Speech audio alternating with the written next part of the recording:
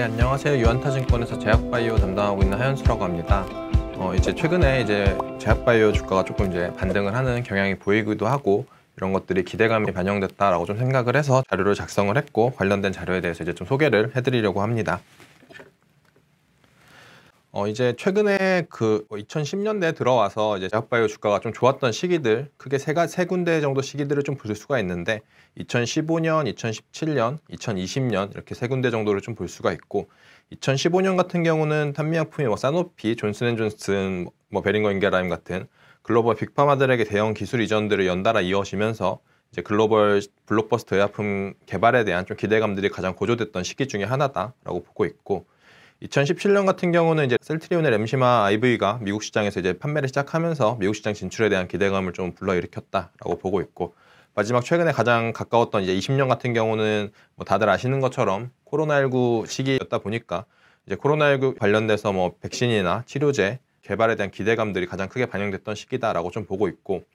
이제 그 이후에 이제 2021년 초를 지나면서 이제 주가가 이제 헬스케어 섹터 지수 자체가 이제 우하향하는 경향들을 보였는데 그 이유는 이제 대규모 했던 기술 이전들의 반환들을 계속 받아왔고 그다음에 코로나19 관련돼서 백신이나 치료제 개발을 하겠다라고 했었지만 결국 개발에 좀 실패를 하거나 개발을 중단하는 것들을 발표를 하면서 이런 것들에 대한 이제 기대감들이 실망감으로 좀 돌아온 영향이 컸지 않았을까 좀 생각을 하고 있습니다. 그러나 이제 최근에 이제 유한영양이 존슨앤존슨한테 얀센한테 한 거죠. 얀센한테 이제 기술 이전한 레이저 티닙 관련된 임상 결과가 연내에 좀 발표가 될 예정이고 특히 이번 발표 예정인 10월에 에스모에서 좀 발표가 유력하다라고 보여지는 마리포사 임상 같은 경우는 그 EGFR 양성 비소세포 폐암에서 표준의약품이라고 할 수 있는 타그리소랑 직접 헤드투헤드를 진행한 임상이고 이 임상 결과가 10월 에스모에서 좀 발표가 될 걸로 좀 예상을 하고 있습니다. 이게 표준요법하고 헤드투헤드로 진행한 임상이다 보니까 표준요법 대비해서 우월한지 아니면 동등한 수준인지 이런 것들을 판단을 할 수 있을 거고 우월한 수준이라고 결과들을 받았을 때는 임상 그룹 중 하나인 레이저팀 아이반탕 같은 경우가 타그리소의 자리를 이어받아서 새로운 표준요법이 될 수도 있을 거다라고 좀 판단을 하고 있고 이제 항암제 같은 경우는 이제 만성질환 같은 경우는 이제 약물을 쓰시던 분들이 다른 약물로 좀 변화를 하는 이제 그렇게 하면서 스위칭들이 일어나는 거에 비해서 항암제 같은 경우는 이제 신규 환자들이 새로운 항암제들을 투약을 하는 경향으로 좀 있다 보니까 이제 가이드라인에 등재가 돼서 표준요법이 됐을 때는 이제 신약 침투율은 매우 빠르게 일어날 거다라고 보고 있고 가이드라인 등재 이후에 3년 정도 이내에 이제 피크 세일즈에 가까운 수준으로 매출이 올라올 거다라고 좀 생각을 하고 있고 그렇다면 앞서 말씀드린 마리포사 임상에서의 좋은 데이터들을 받았을 때는 레이저 티닙은 충분히 글로벌 블록버스터로 빠르게 도달할 수 있을 거다라고 좀 생각을 하고 있습니다. 그래서 요 레이저 티닙 관련돼서는 크게 두 가지 임상 결과들이 좀 주목을 많이 받고 있는데 일단 가까운 시일에는 이제 9월 11일에 발표가 좀 예정되어 있는 그 경쟁 약물인 아스트라제네카의 타그리소랑 이제 화학요법을 병용한 임상인 플로라2 임상 결과들이 발표가 될 예정이고 이제 현재까지는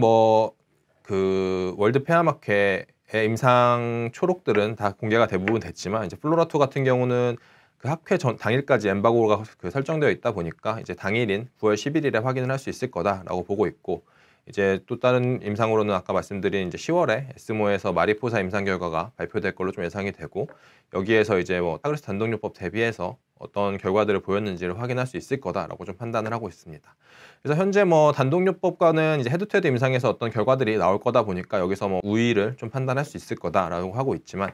그 현재 아직까지 플로라2 그 타그리소 병용요법 임상 결과에 대해서는 데이터들이 공개된 것들도 없고 유일하게 추정할 수 있는 거는 이제 전 단계 임상인 일본에서 진행했던 오팔 스터디 임상 결과에서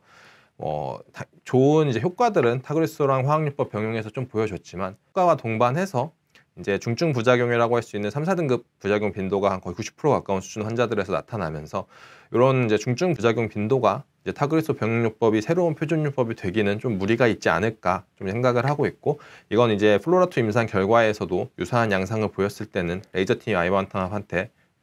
웃어주는 결과지 않을까 좀 생각을 하고 있습니다. 그리고 최근에 이제 글로벌이나 국내에서도 이제 주시장에서 가장 좀 주목을 많이 받고 있고 의약품 시장에서도 가장 주목을 많이 받고 있는 게 당연히 이제 비만 치료제에 대한 뉴스 플로우도 계속 나오고 있고 여기가 이제 기대감들을 많이 고조시키는 경향이 있는데 GLP-1 기반의 비만 치료제들 같은 경우는 현재 이제 시판 중인 제품들로는 노보노디스크의 위고비가 있고 이제 오프라벨로 좀 많이 처방이 된다라고 좀 보여지는 거는 이제 일라이릴리의 마운자로 터제파타이드가 있는데 이제 릴리의 뭐 터제파타이드나 아니면 다음 후속 파이프라인인 레타트루타이드 같은 경우는 이제 비만 관련된 임상에서 한 18% 가까운 수준, 뭐 레타트루타이드는 한 24% 수준의 제 체중 감량들을 보여주면서 고위험 비만 환자들이라고 하는 뭐 150kg, 뭐 130, 160kg 되시는 분들한테 대상으로 많이 하시는 위절제술의 체중 감량 수준이 한 25에서 35% 정도 되는데 이제 거기에 거의 가까운 근접한 수준까지도 이제 체중 감량 효과들을 좀 보여주고 있다. 라는 데이터들이 좀 확인되고 있고, 위고비 같은 경우는 노보노디스크가 이제 8월 초에 셀렉트 임상이라고 해서 이제 비만 환자들을 대상으로 비만 치료제를 투약했을 때 뇌졸중이나 아니면 사망 같은 위험을 한 20% 정도 감소시킨다라는 결과들을 발표하면서 이제 비만 치료제가 과거에 뭐 미용에서 국한된 게 아니라 이제 생존과 관련된 효과도 있다라는 것들에 대한 에비던스를 좀 만들어주고 있다라고 좀 보고 있고, 이런 것들이 이제 비만 치료제 시장 성장을 더 가속화할 거다라고 보고 있습니다. 그러다 보니까 뭐 모건 스탠리 같은 데서도 이제 비만 치료제 시장에 대한 전망치를 뭐 2030년에 거의 한 60조, 70조 정도 되는 시장으로 좀 성장을 할 거다라고 보고 있고, 그래서 국내에서도 뭐 비만 치료제 관련돼서는 이제 뭐 GLP-1 아고니스트 파이프라인들을 보유한 기업들이나 아니면 또 장기지속형 주사제 기술에 대한 편의성에 대해서도 관심도가 높아지다 보니까 이런 기업들에 대한 관심도가 높은데, 최근에 또 비만 치료제에서 좀 나타나는 경향이라고 할 수 있는 게 뭐 시장을 주도하고 있는 릴리나 노보 같은 기업들이 각각 뭐 버사니스나 릴리는 버사니스를, 뭐 노보는 인버사고라고 하는 회사들을 인수했고, 최근에 또 노보는 또 캐나다 회사를 하나 추가적으로 더 인수를 하면서 이제 GLP-1 외에 다른 타겟에 대한 비만 치료제 가능성이 있는 타겟 파이프라인들을 확보를 했는데, 이런 것들에서 약간 양사가 조금 다른 경향을 좀 보이고 있다라고 보고 있고, 뭐 일단 릴리 같은 경우는 비마그루맙이라고 하는 이제 항체 의약품을 파이프라인 확보를 하면서 이제 체중 감량보다는 뭐 근육의 보전이나 아니면은 체지방 감소 같은 효과들에 대한 좀 관심을 가지고 있다라고 보고 있고, 비마그루맙을 보시는 것처럼 이제 체지방 감소 효과들을 일단 임상 1상에 좀 검증이 되어 있다라고 생각을 하고 있습니다. 릴리가 이런 선택을 할 수 있었던 거는 이제 레타트루타이드가 충분한 수준의 체중 감량에 좀 도달을 했다라고 판단을 했다라고 저는 생각을 하고 있고, 뭐 반대로 노보 같은 경우는 여전히 조금 더 체중 감량에 대한 좀 집중을 하고 있다라고 보고 있고, 그런 양상으로 이제 인버스하고를 인수를 하면서 이제 CB1 그 이니비터 파이프라인들을 확보를 했고, CB1 이니비터 같은 경우는 이제 또 다른 적응증을 개발을 하고 있었지만 임상 1상에서 한 3.3% 정도 체중 감량들을 보여주면서 기존 GLP-1이랑 좀 병용을 했을 때 추가적인 체중 감량을 좀 기대할 수 있겠다라고 좀 생각을 하고 있고, 이런 것들을 봤을 때 현재 뭐 GLP-1이 가장 좀 핫한 타겟이기도 하지만 GLP-1 외의 파이프라인들에 대해서도 오히려 그런 파이프라인들은 뭐 전임상이나 임상 1상 같이 좀 초기 단계여도 충분히 빅파마들이 관심도도 높겠고 기술 이전 가능성도 높지 않을까 좀 생각을 하고 있고, 이런 것들이 이제 새로운 신규 시장에 대한 기대감이나 시장 성장성을 높이는 요인이다라고 좀 판단을 하고 있습니다. 그래서 이제 이런 기대감이 좀 돌아오는 상황에서 이제 좀 섹터에 대한 이제 좀 선별적인 투자가 좀 필요하다라고 판단을 하고 있고, 이제 9월, 10월에 좀 주목할 만한 이제 분야에 대해서는 뭐 FcRn 억제제나 아니면 SC 제형화 기술에 대해서 조금 관심도를 두는 게 좋지 않을까 생각을 하고 있습니다. 이제 FcRn 억제제 같은 경우는 이제 현재 뭐 아제넥스의 비브가르트가 이제 22년부터 판매를 하고 올해 판매 2년 차에 들어가 있고, 이제 최근에 UCB도 리스티고를 출시를 하면서 이제 후발주자로 좀 참여를 하고 있다라고 보고 있고, 이제 비브가르트 같은 경우가 이제 출시 2년 차에 거의 상반기에만 5억 불 가까운 수준의 매출을 기록하면서 이제 QOQ로도 좀 급격한 성장 속도를 보여주고 있다라고 판단을 하고 있고, 그다음에 뭐 비브가르트 같은 경우가 여전히 그 근무력증 단일 적응증에 이제 최근에 SC 제형을 이제 보유를 했지만 그 전까지는 이제 IV 제형으로 이제 좀 이런 한계점에도 불구하고 이 정도의 매출 속도를 보여줬는데, 이제 SC 제형도 추가가 되고 최근에 뭐 CIDP 임상도 성공을 하면서 추가 적응증 확보까지 좀 청신호를 켜고 있다. 이런 것들은 이제 FcRn 억제제 시장에 대한 향후 성장에 더 가속화하는 요인이다라고 좀 생각을 하고 있습니다. 그래서 FcRn 억제제가 과연 뭐 어떤 약물이고 그다음에 이런 것들이 왜 이렇게 그 적응증들 늘려갈 수 있느냐에 대해서 좀 간단하게 설명을 드리면, FcRn이라는 거는 이제 내피세포 안에 존재하는 수용체인데, 이거 같은 경우가 이제 체내의 항체들이 그 혈중에서 좀 장기간 2주 이상 좀 유지를 할 수 있는 가장 근본적인 방법이고, 그 같은 경우 이제 자가면역질환 같은 경우가 대부분이 이제 자가항체를 스스로 만들어내고 이런 것들이 이제 혈중에 오래 머물면서 더 그 안 좋은 영향들을 미치는 건데, 이제 FcRn을 차단을 하면서 이 자가항체들의 소실 속도를 빨라지게 하고 자연히 뭐 증상 개선으로 이어질 수 있다라는 아이디어에서 착안한 의약품이고, 이런 FcRn 억제제 같은 경우가 이제 최근에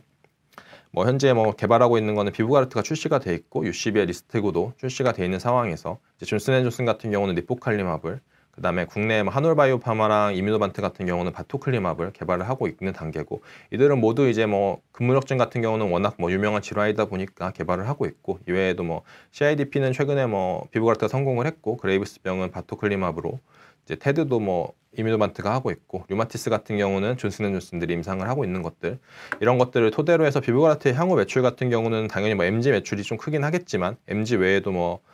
그 CIDP나 아니면 ITP 같은 질환들이 추가적으로 이제 매출을 애드하는 효과도 애드하면서 이제 그 매출을 키워가겠다라고 좀 보고 있습니다.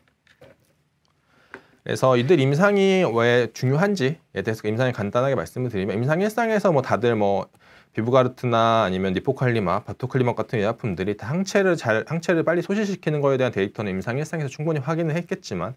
이제 후기 임상이라고 할 수 있는 2상, 3상에서는 과연 이런 IgG를 억제하는 것들이 이제 임상 지표라고 할 수 있는 증상의 개선까지 이어지는지를 검증을 하는 거고, 그런 것들을 기반으로 했을 때는 어떤 다른 의약품 하나가 이제 임상을 새롭게 성공을 했을 때,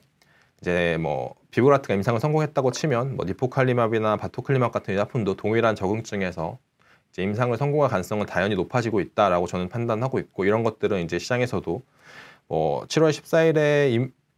그 아제넥스가 비브가르트의 임상 성공을 밝혔는데, CIDP에 대해서 이제 뭐 주가가 한 50% 정도 상승하는 경향을 보였고, 동기간에 이제 이뮤노반트 주가도 한 30% 가까운 수준으로 이제 상승을 하면서,